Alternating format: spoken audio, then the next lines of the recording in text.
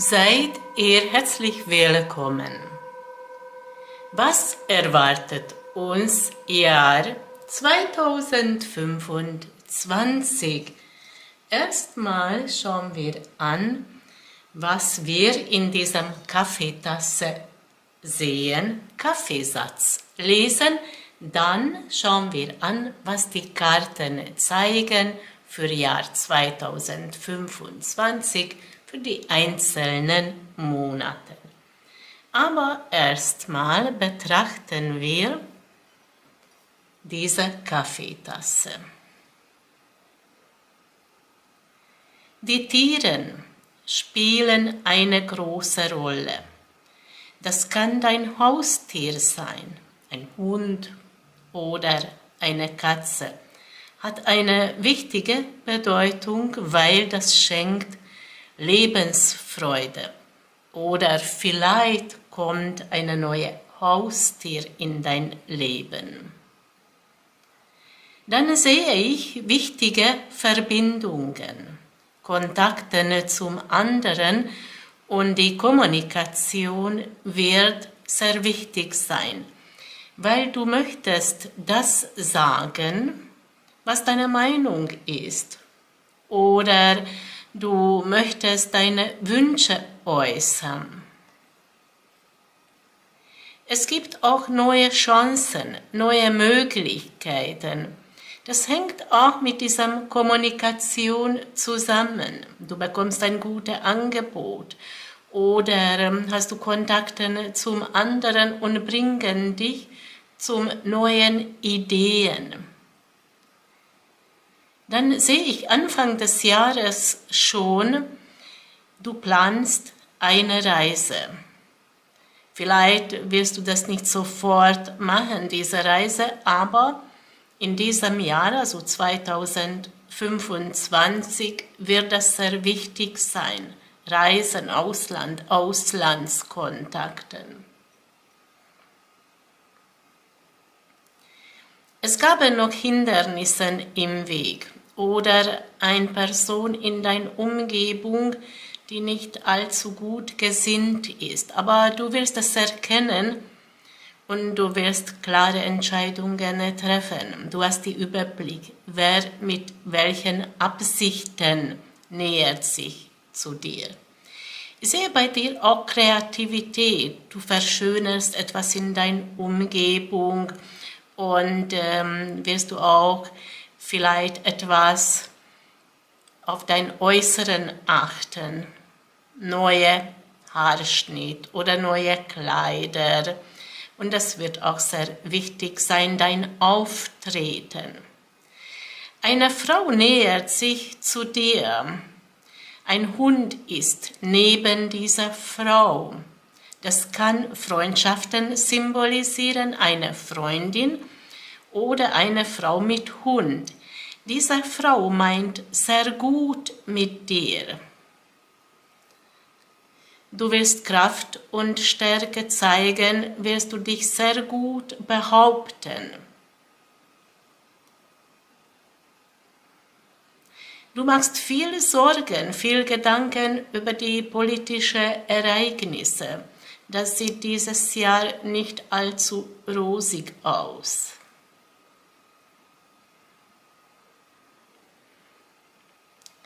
Du wirst etwas in Bewegung setzen. Diese Bewegung kann alles sein, was sich bewegt, zum Beispiel Sport oder Auto oder Veränderungen, zeigt aber manchmal auch deine Ungeduld, weil du hast eine Idee, du hast Pläne und du möchtest es sofort erreichen.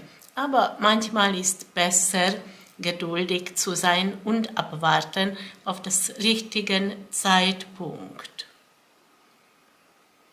Nicht nur du bist ungeduldig, sondern jemand kommt entgegen und zeigt auch einen Schwung oder Begeisterung. Das kann auch was Positives auch bedeuten, aber kann auch diese Ungeduld zeigen, kommt stürmisch voran. Was auch wichtig ist, dass du beruflich etwas erreichen möchtest. Anfang hast du das Gefühl, oh, das ist so schwierig, das geht so langsam voran, zweifelst an etwas. Aber du kannst deine Ziele erreichen. Wieder sehe ich Haustiere da, scheint das auch eine sehr große Rolle spielen in dein Leben. Und was wichtig ist, du öffnest deine Augen. Du wirst dieses Jahr viele Dinge klar und deutlich sehen, erkennen und du wirst kommunizieren. Du formulierst das, was du meinst oder was du erreichen möchtest. Und die Kontakte, die Verbindungen werden sehr wichtig sein. Und was siehst du in diesem Kaffeetasse? Ich freue mich sehr, wenn du das im Kommentar schreibst. Wie siehst du laut Kaffeetasse dieses Jahr? Welche Ereignisse kommen auf uns zu? Und jetzt schauen wir an, was die Karten zeigen.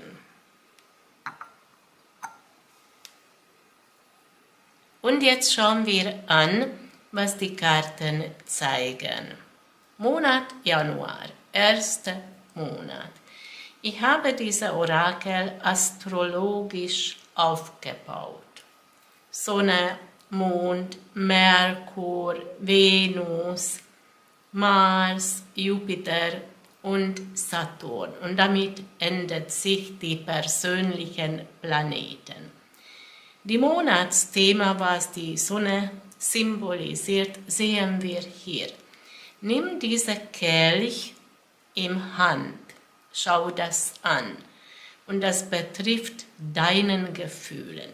Kann auch sein, dass jemand zeigt diesen Kelch und zeigt seinen Gefühlen, dann ist es wichtig auch wahrnehmen. Was Monatsthema ist auch die Intuition, die Spiritualität und Kreativität. Hier platziert Mond und hat einen Einfluss auf deinen Gefühlen und sehen wir die Kraft und die Stärke. Bedeutet auch die inneren Kraft, die Überzeugungskraft. Was Merkur, also die Handlungen betrifft, deine Hände sind gebunden, du weißt nicht, wie sollst du handeln, also ist wichtig nach innen schauen, deine Intuition vertrauen. Was Venus betrifft, es kann dich symbolisieren, wenn du eine Frau bist oder zeigt Kreativität oder beschreibt die Liebe.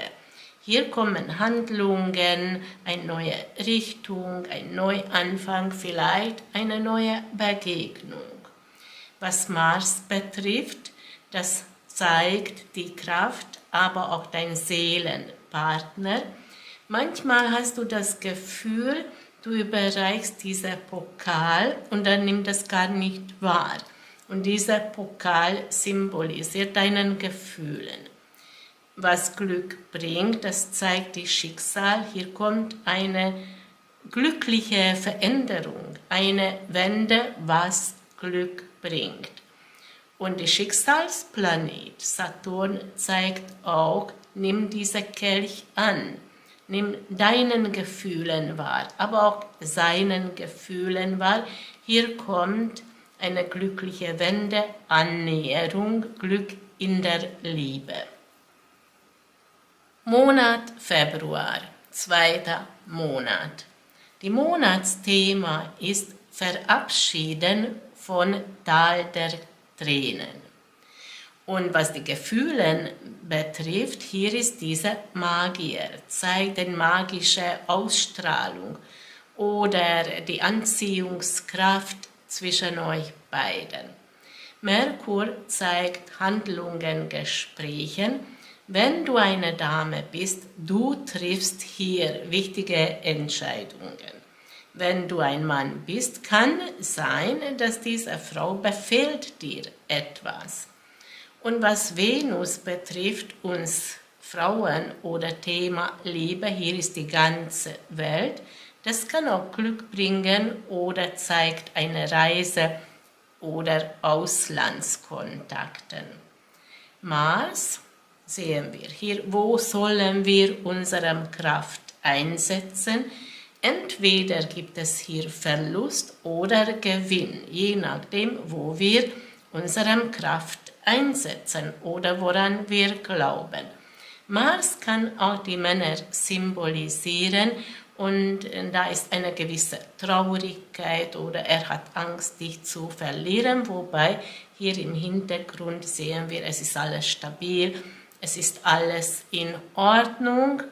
Jupiter, was bringt Glück? Das sind die Sterne, bringt sowieso Glück und zeigt Vertrauen. Es wird alles so sein, wie das im Sternen geschrieben ist.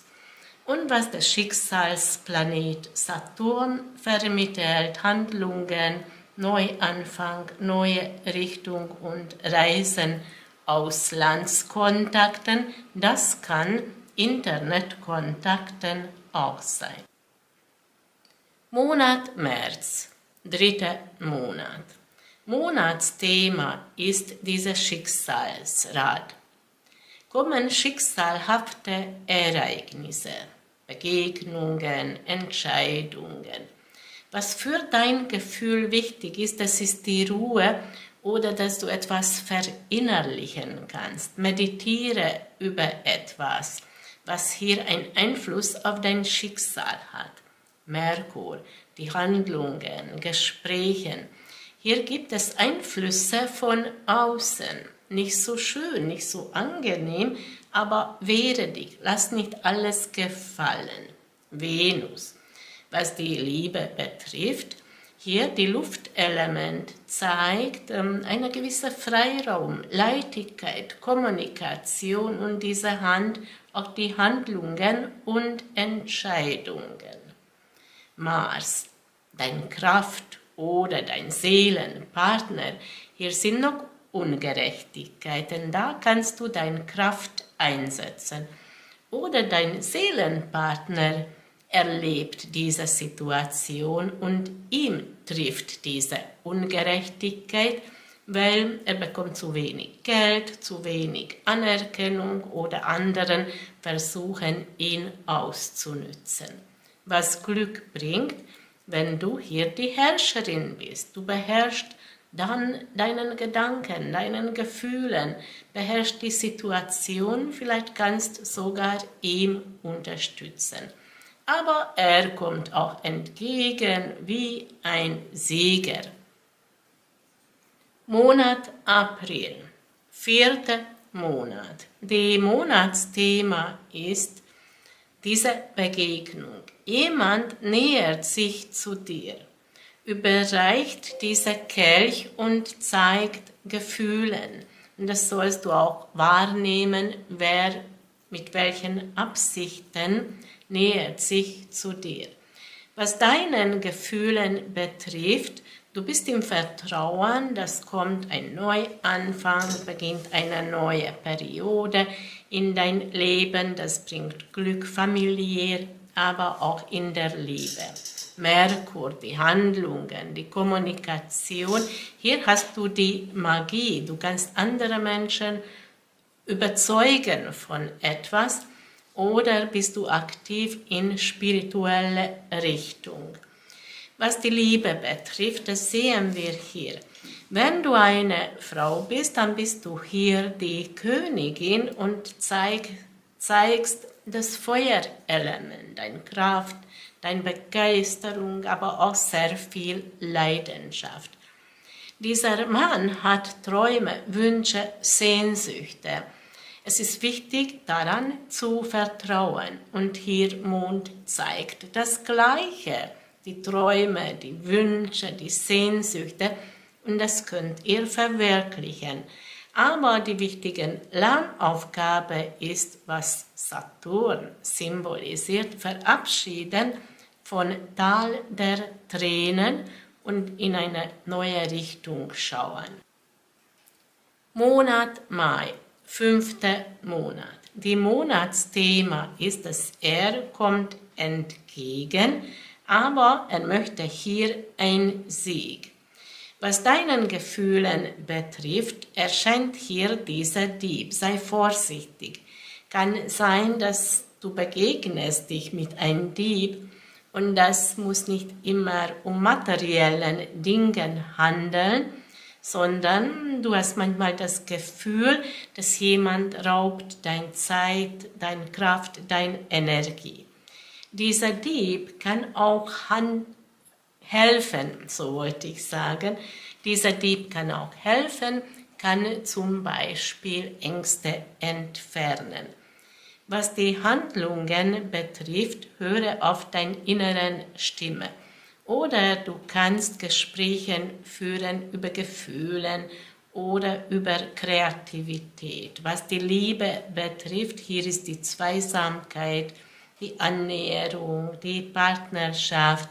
Diese Karte kann eine Reise auch bedeuten oder Auslandskontakt, eventuell Internetkontakt. Was deine Kraft betrifft, schau diesem goldenen Taler an, sei damit bewusst, du hast auch was zu bieten, du bist auch wertvoll. Diese Karte kann die Finanzen auch bedeuten oder berufliche Angebot. Was dein Seelenpartner betrifft, er kümmert um die Finanzen oder er möchte auch beruflich etwas verändern. Was Glück bringt, das wäre die inneren Gleichgewicht und die richtigen Entscheidungen.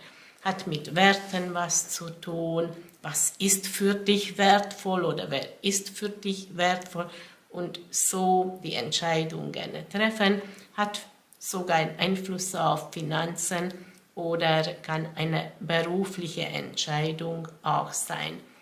Und was das Schicksal Saturn vermittelt, er hat Gefühle für dich und du möchtest kommunizieren über Gefühle, aber er ist noch verschlossen.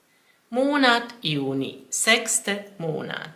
Monatsthema ist die Liebe, die Annäherung oder ein Treffen. Dein Gefühl sagt, jetzt ist die Zeit gekommen, dass endlich mal eine glückliche Veränderung kommt. Was die Handlungen betrifft, die Kommunikation, hier kommt ein Neuanfang. Glück familiär, Glück auch in der Liebe. Er nähert sich und zeigt dieser Kelch und zeigt seinen Gefühlen. Wenn du eine Dame bist, du schaust weg, entweder bist du beleidigt, oder nimmst du das gar nicht richtig wahr? In diesem Fall zieht er sich ein bisschen zurück. Und er ist aber traurig. Vor ihm dieser Gebüsch wie ein geschmückten Weihnachtsbaum glänzt. Und er schaut das an, aber das ist nicht seins, das gehört zum anderen. Das macht ihn traurig, weil er vergleicht sich mit anderen. Aber diese Karte belehrt ihn, er ist doch viel größer wie die anderen und er hat auch einen goldenen Taler, aber das sieht er gar nicht. Und er soll seine eigenen Werte entdecken und dazu stehen. Monat Juli, 7. Monat. Monatsthema ist die Arbeit. Diese Karte ist aber ein Hin- und Hergerissenheit, viel Arbeit, wenig Anerkennung, wenig Freizeit. Was dein Gefühl betrifft, ist wichtig die inneren Gleichgewicht. Und was euch beide betrifft, ihn und dich, die Liebe, die Partnerschaft, die Kommunikation, ihr braucht die Erholung und auch das Anvertrauen, dass alles so sein wird, wie das in diesem Schicksalsbuch beschrieben ist. Er ist bisher hin und her gerissen, darf er das erlauben, auch mal Urlaub machen, sich zu erholen und er macht Gedanken auch über Finanzen.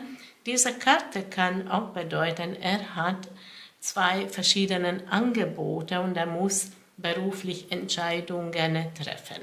Was Glück bringt, wenn du als Königin erscheinst und zeigst die Feuerelement, deine Begeisterung, dein Mut, deine Kraft. Und das Schicksal zeigt, dass er oder vielleicht jemand anderen nähert sich zu dir und zeigt seinen Gefühlen. Monat August, 8. Monat.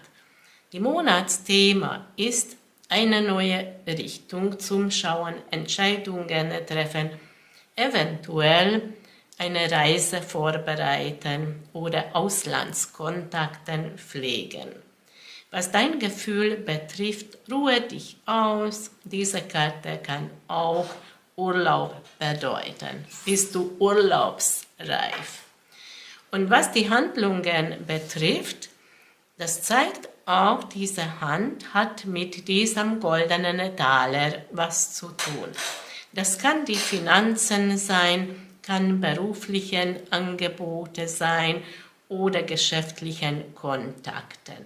Was die Liebe betrifft, hier kommt Bewegung, kommen Entscheidungen, vielleicht eine neue Richtung oder Reisen. Was deine Kraft betrifft, ist gut, wenn du verabschiedest von Tal der Tränen.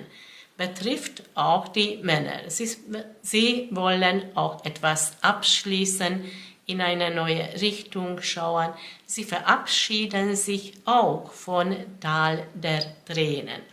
Was Glück bringt, das sind die schönen Erinnerungen oder jemand denkt an dich, kehrt wieder zurück von Vergangenheit.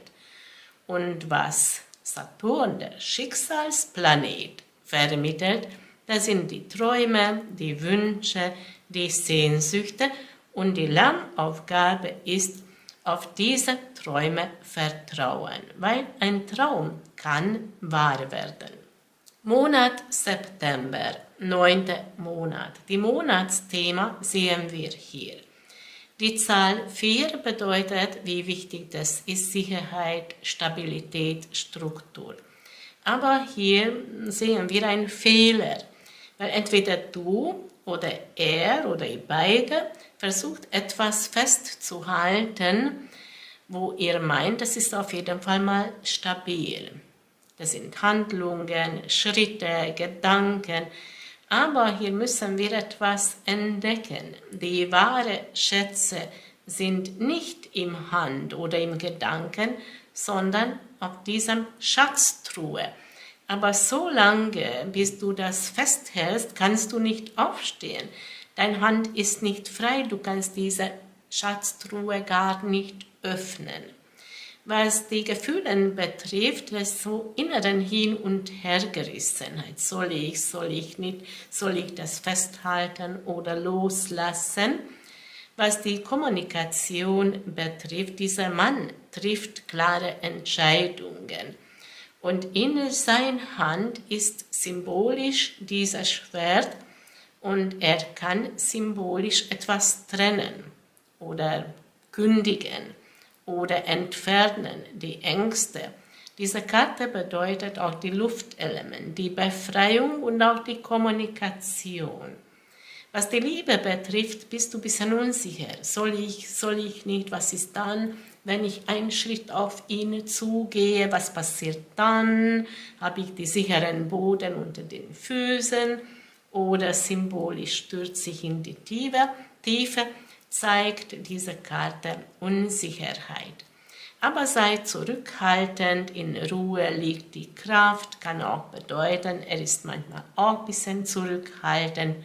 Was Glück bringt, wenn du als Frau beherrschst das Wasserelement, deine Intuition, deine Inspiration, die Gefühle oder eine kreative Tätigkeit und was Saturn vermittelt. Der Schicksalsplanet, glaube an deine Kraft. Du kannst mit dieser Kraft dich behaupten. Diese Kraft bedeutet auch die inneren Kraft. Deswegen brauchst du immer wieder mal diese Ruhe. In Ruhe liegt die Kraft. Monat Oktober, 10. Monat. Monatsthema ist die inneren Gleichgewicht. Kann es sein, du musst etwas ausgleichen oder vergleichen. Was deinen Gefühlen betrifft, hier sehen wir das Glück, eine glückliche Wende oder bist du glücklich. Was die Kontakte, Kommunikation betrifft, sehen wir die ganze Welt. Das kann Reisen sein, das kann Internetkontakten auch sein oder du lernst eine Fremdsprache. Was die Liebe betrifft, dieses Schwert kann etwas trennen, wie zum Beispiel Angst. Oder zeigt Entscheidungen, zeigt auch Luftelement, die Leichtigkeit, die Bewegung und die Kommunikation. Was Mars betrifft, hier sehen wir die Enge. Und dann brauchst du die Mars-Energie, brauchst die Kraft, aus dieser Situation dich verabschieden. Hier sehen wir auch diese Kraft und du hast diese Kraft dazu. Diese Karte kann auch die Männer symbolisieren, die haben diese Enge und sie wollen die Befreiung, sie wollen diese Enge verlassen. Was Glück bringt, das sind die Finanzen, da vermehrt sich etwas Besonderes bei uns Frauen. Oder diese Karte kann auch bedeuten, wenn du eine Frau bist, du bekommst ein gutes Angebot oder hast du beruflich Erfolg. Und was Saturn, der Schicksalsplanet, vermittelt, das ist die Kraft. Und diese Kraft kann oft die inneren Kraft sein, aber dazu brauchen wir die inneren Gleichgewicht und Harmonie. Monat November, 11. Monat. Monatsthema ist Abschied nehmen von Tal der Tränen. Was einen Einfluss hat auf deinen Gefühlen, die schönen Erinnerungen. Kann auch sein, dass jemand denkt an dich von Vergangenheit, kehrt wieder zurück in dein Leben. Was die Kommunikation betrifft, höre auf deine inneren Stimme oder sei eher zurückhaltend. Was die Weiblichkeit oder die Liebe betrifft, du bist hier die Königin und herrschst du über das Wasserelement. Bedeutet deine Intuition, deine Inspiration oder Glück in der Liebe.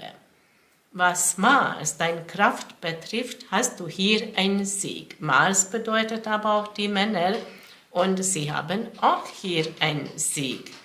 Und was Glück bringt, das ist dieses Entgegenkommen oder die Sonne, die Klarheit, die Anziehungskraft zwischen euch beiden. Und was Saturn betrifft, und das hat einen Einfluss auf unserem Schicksal oder ist die Lernaufgabe, diese Fröhlichkeit wahrnehmen oder Kontakte zum anderen. Das kann eine Gruppe sein oder ein Fest. Und das trägt Früchte dieser Art von Verbindung. Monat Dezember, 12. Monat. Die Monatsthema ist die Handlungen, eine neue Richtung, Entscheidungen, eventuell eine Reise oder Auslandskontakten. Das kann Internetkontakten auch sein. Mond, deinen Gefühlen. Du bist im Vertrauen und du weißt innerlich, dass hier kommt eine glückliche Wende. Merkur, die Handlungen, Gespräche. Du befindest dich in die Enge und du möchtest es ansprechen, du möchtest Veränderungen, du möchtest davon befreien. Venus, die Liebe, jemand nähert sich zu dir, überreicht dieser Pokal und dieser Pokal symbolisiert Gefühlen. Jemand nähert sich und zeigt ihren Gefühlen oder seinen Gefühlen. Was Mars die Kraft betrifft, brauchst du die Ruhe. In Ruhe liegt die Kraft. Wenn das um einen Mann handelt, um deinen Seelenpartner, kann es sein, dass er auch zurückhaltend ist. Was Glück bringt, das sind hier die Gefühle, die Erinnerungen, da ist sehr viel Romantik, Nostalgie dabei, kann auch Glück bringen, weil jemand denkt an dich und kehrt wieder zurück von Vergangenheit. Was Saturn, das Schicksal, betrifft, oder haben wir hier eine Lernaufgabe, das ist unserem Glauben. Und wenn jemand etwas vermittelt, dann sollen wir auf das auch vertrauen. Und das war diese Jahreslegung, Oraculum in Annum. Diese Jahreslegung kannst du auch bestellen. Mein Honorar beträgt 50 € aus der Schweiz, 52,50 wegen die Bankgebühren. Und wenn dich interessiert, einen persönlichen Kaffeesatz lesen, dann beträgt mein Honorar 10 € aus der Schweiz, 12,50 €. Und wenn euch dieses Video gefallen hat, ich freue mich sehr, wenn ihr das liked und meinen Kanal abonniert. Vielen lieben Dank. Und ich wünsche euch alles Gute und alles Liebe, eure Dendera.